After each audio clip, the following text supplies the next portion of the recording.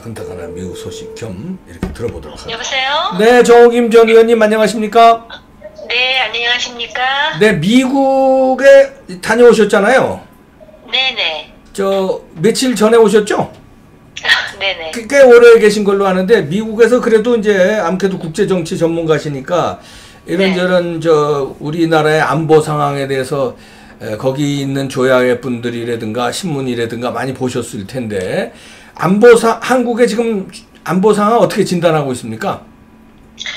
그러니까 이제 한미 관계 그 동맹을 포함해서 굉장히 오래된 관계잖아요. 그렇죠. 네. 그런데 이제 우리가 미국과의 관계에 있어서 그 착시를 부르지 말아야 될 부분이 한 가지가 있는데요. 착시라는 거는 저 우리하고 미국하고 보는 눈이 다르다는 건가요? 그렇습니다. 그러니까 우리 경우는 그 미국과의 관계가 우리 안보의 거의 전부라 해도 과언이 아닌 상황이에요. 우리 상황이라는 게. 그렇죠. 네. 그렇기 때문에 미국의 그 행정부나 또는 조야의 많은 그 관계 인사들이 한국 문제를 예의주시하고 있고 매우 관심이 높다라고 생각을 하지만 네. 실제로 미국 내에서 그 국내 정치도 그렇고 미국이 생각하는 대외 정치도 그렇고 우리만큼 우리가 미국에 대해서 가지는 비중을 그 한국에 대해서 두는 것은 아니라는 이야기죠. 아, 예. 그런 차원에서 우리가 좀 냉정하게 봐야 되고요. 네. 그런 관점에서 지금 굉장히 아쉬운 게 지난번 트럼프와 김정은 간의 그 판문점 회동이 있었잖아요. 네. 그리고 완전히 문제가 풀린 것 같은 그런 그것도 역시 이제 그 일련의 환상 같은 거였는데 그리고 나서 실무 협상은커녕 지금 아무 진전이 보여지지 않고 있거든요. 네.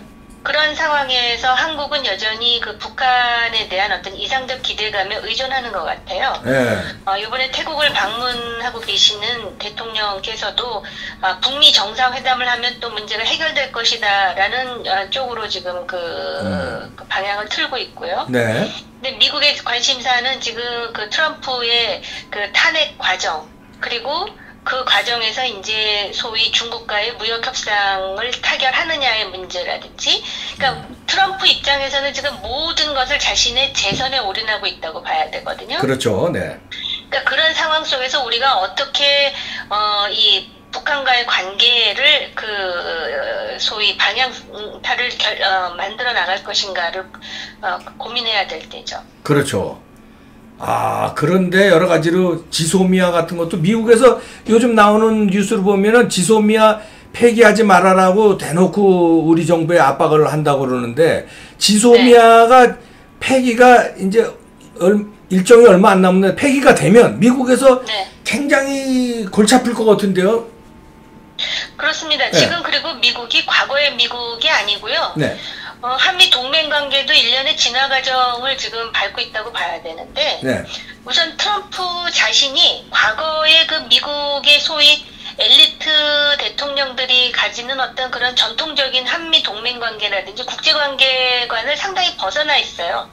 일종의 우파 고립주의라고 볼 수 있는데 모든 것을 지금 돈으로 환산을 하는가 하면 지금 그 한국을 미국이 보호해주는 만큼 가격을 지불하라는 입장이거든요. 그렇죠. 그런데 그 물론 트럼프 혼자서 그 한반도 정책이라든지 동북아 정책을 다 결정하는 건 아니에요. 그래서 실무진들 또는 그 미국 내의 한반도 전문가들과의 끝없는 네트워킹이 중요한데요. 이 사람들은 지금 어떤 생각을 하고 있냐면 한국은 또 소위 그 좌파 그 뭐라 그럴까 대북 이상주의자들이 권력을 잡고 있다라는 생각을 하고 있어요. 그래서 모든 동맹 관계는 말할 것도 없고 향후에 미국의 안보 정책에 있어서 한국이 일본과 함께 협조해줬으면 하는데 잘 협조가 안 된다라는 불만을 가지고 있거든요. 그런데 지소미아도 그렇습니다. 그러니까 지소미아라는 것이 북한의 미사일 위협에 있어서 가장 합리적이고 가장 실용주의적인 그런 어떤 감시 체계, 정보 체계망이라고 미국은 생각하고 있는데 이걸 지금 한국이 파기하겠다 그래서 22일 지금 시한이 잡혀 있잖아요. 그런 상태에서 미국은 이거 다시 원상복귀하라라고 한국에 압력을 가하고 있는데, 한국은 미국에다 그러면 일본을 설득해서 한국을 소위 그 보복성 화이트리스트에서 빼게 해달라 그러지만 미국이 그거에 대해서 중재할 생각이 없다라고 그러고 버티고 있거든요. 네. 그래서 만약에 지소미아가 22일 날 완전히 파기가 되면 그 다음에 미국은 이거 지소미아도 파기하고 너희는 북한으로부터 안보를 도와달라, 방위 공약을 실천해달라 그러면서 이런 식으로 하니 방위비 더 내라 할 개연성이 매우 높죠. 아이고, 그러면 그래서 자꾸 트럼프가 뭐 얼마 전엔 70조 얘기도 나왔거든요. 네. 뭐 5조, 6조에서 이제 70조까지 나왔어요. 네. 사실은요, 네. 이게 미국이 미군을 여기 주둔함으로써 우리가 북한의 위협으로부터 소위 보호를 받는 측면도 있지만 또 그 중국의 어떤 그 영향력을 상쇄시키는 그런 효과, 그래서 그 한미동맹의 효과라는 게 있음에도 불구하고 네. 지금 한국이 먼저 이렇게 일종의 뭐라 그럽니까, 속된 표현을 하면 마치도 외교에서 사고를 치듯이 네. 이렇게 해가지고 미국으로부터 뭔가 요구하고 압박할 수 있는 명분을 자꾸 만들어주는 거예요. 미국도 미국인 것이지 미국이 한국인 것은 아니지 그렇죠. 않습니까? 제가 빌미를 제공한 거죠, 빌미를. 그렇습니다. 예, 예. 그런 상황에서 지금 대통령뿐만이 아니라 소위 미국 내의 안보 장기 미래에 대해서 그 안보를 소위 관망하는 그런 학자들이라든지 미국 내 전문가들이 네. 지금 한국 저렇게 나오는데 방위비 1조 너무 싸다, 5조도 싸다, 뭐 이런 식으로 지금 일종의 분위기를 만들어내고 있거든요. 예. 그러면 결국은 우리는 미국으로부터 미국에게 비용 지불할 거 다 하고 여전히 또 중국으로부터 압박받고, 이게 완전히 동아시아에서 그래도 나름대로 지금까지 고생하면서 경제 15위 뭐 이렇게 해가지고 네. 나름대로 이뤄온 것에 대해서 상대적으로 다시 위축되는 상황으로 스스로 만들 수밖에 없는 그런 구도를 가지고 있어요. 아, 그렇군요. 네. 자, 이 얘기 좀 해주시죠. 지금 아부다비 얼마 전에 이제 트럼프가 잡았잖아요. 네. 죽었죠. 예, 죽었죠. 스스로 자살을 했죠. 예, 네. 그러니까 그거에서 좀 뭐 고무적인데 다음은 김정은이다. 뭐 이런 얘기가 나오는데 그런 거에 대해서 뭐 미국에서 분위기가 다음은 김정은이다 이런 분위기가 좀 있습니까? 아니요, 별로 없는데요. 지금 오히려 미국 같은 경우는 네. 트럼프가 너무나 원색적이고 정말 들을 수 없는 표현을 쓰면서 네. 소위 IS의 지도자의 죽음에 대해서 이렇게 표명을 했기 때문에 네.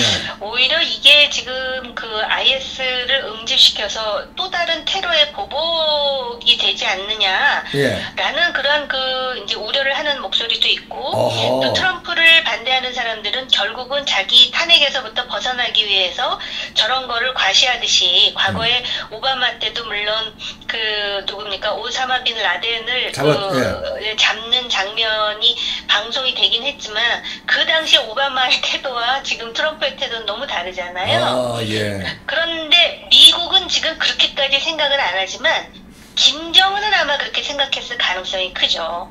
왜냐하면 지금 김정은과 트럼프 사이가 뭐 좋다 그러고 우리 문 대통령께서도 북미 정상회담을 띄우고 계시지만 김정은이라는 개인의 입장에서는 이거 다음은 내가 계속 이렇게 버티고 만약에 도발하고 미사일 위협이 미국의 안보에 위협이 된다고 생각할 때 트럼프도 굉장히 종잡을 수 없는 인물이기 때문에 그래서 나를 겨냥하는 거 아니야? 혹시 내 주변에서 나를 배신하는 사람이 있는 것은 아닐까? 왜냐하면은 그 사람들이 뭐 김정은에 대해서 정말 뭐 오장에서 우러나와서 충성을 하는 것인지 또는 공포 때문에 충성하는 것인지 아무도 모르잖아요. 그렇기 때문에 오히려 지금 그런 것 때문에 위기의식을 가질 사람은 김정은 위원장일 것이고요. 그러면 김정은 위원장이 할 일은 뭐겠습니까? 자기가 위기의식을 갖는 만큼 인질이 되고 있는 대한민국의 안보를 어떻게 틀어질 것인가를 또 한 번 생각하지 않겠습니까? 네. 그럼 트럼프는 지금 뭡니까, 탄핵에도 몰려있고 이래서 재선이 뭐 어렵다 이런 말도 나오고 있는데 트럼프 탄핵에서 벗어났다는 말도 나오고 있고, 정옥인 의원이 생각할 때 트럼프 탄핵에서 벗어난 것 같습니까? 어떻게 보십니까? 요번에 보니까 공화당은 의외로 결집이 되고 있고요. 네. 민주당은 지금 이렇다 할 대통령 후보도 아직까지 이렇게 가시화되지 않는 상황에다가 네. 요번에 그 트럼프 탄핵 과정에서 그 이탈표가 나오기도 하고요. 네. 그래서 민주당이 뭐 그 소위 정보위원회의 모든 실무자들을 소위 정보 관련 전문가가 아닌 탄핵 전문가들로 줄 세웠다 이렇게 그 미국의 폭스 뉴스에서 비판하고는 있는데요. 네. 제가 볼 때는 그 여론조사를 하면 탄핵이 조금 앞서요. 탄핵에 찬성한다는 그 여론이 49% 대 네. 46%로. 네. 그런데 막상 그 지난 대선 때 트럼프 당선과 관련해서 소위 스윙 보터들이 많았던 지역 있지 않습니까? 그러니까 네네. 가까스로 트럼프의 승리가 이루어졌던 주의 여론조사를 해보면 네. 탄핵이 지금 중요한 게 아니다. 미국 경제라든지 민생을 강조해요. 안정을 강조하고. 네. 그리고 미국 상원이 과연 트럼프를 탄핵시킬 것인가에 대해서 아직까지 누구도 확신할 수가 없어요. 아, 예. 그만큼 공화당이 안정적으로 지금 그 트럼프를 중심으로 뭉쳐 있다는 거거든요. 네. 그래서 트럼프가 요번에 중국과 어떤 식으로든 무역 협상을 타결하고 그 타결을 미국의 가장 중요한 정치적인 그런 입지를 가지고 있는 아이오와에서 타결하겠다.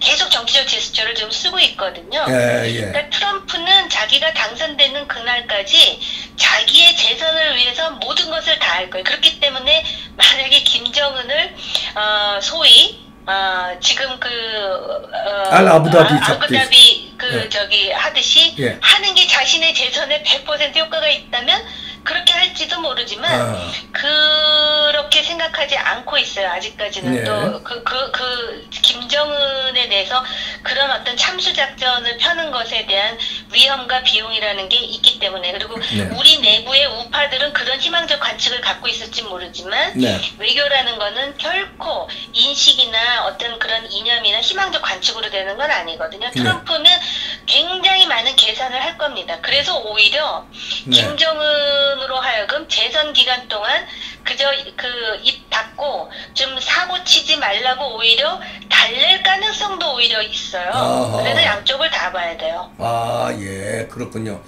아이고, 오래간만에 정호금 의원의 깔끔한 평론 들었습니다. 고맙습니다. 네, 감사합니다. 네, 시차도 아직 안 바꾸셨을 텐데. 고맙습니다. 정호김 전 의원이었습니다.